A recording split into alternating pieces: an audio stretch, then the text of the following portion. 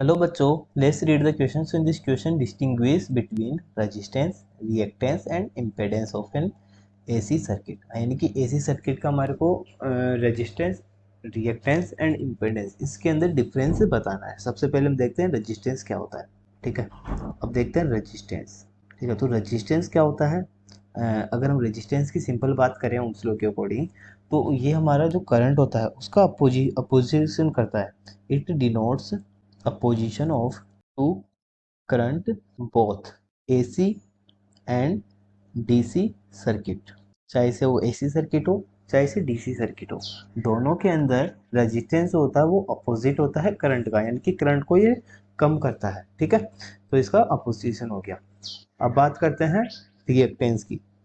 उससे पहले हम देख लेते हैं इम्पेडेंस क्या होता है।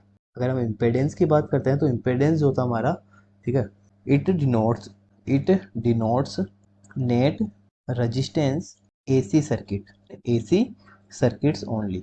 ठीक है, यानी कि जो इम्पेडेंस होता है वो नेट रेजिस्टेंस को डिनोट करता है ओनली ऑन AC सर्किट्स के अंदर। ठीक है, अगर हम देखें यहाँ से, ड्यू टू किसकी वजह से, due to inductors and registers.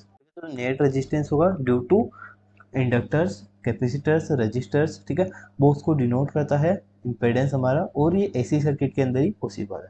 ठीक है, अब बात करते हैं रिएक्टेंस। रिएक्टेंस क्या होता है?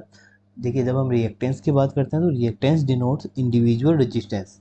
It denotes individual resistance denotes individual resistance provided by capacitors.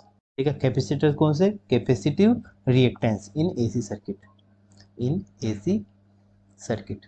ठीक है, अब देखिए हम सिंपल है, इनके बीच डिफरेंस हमारे को पता चल गया। रेजिस्टेंस क्या होता है?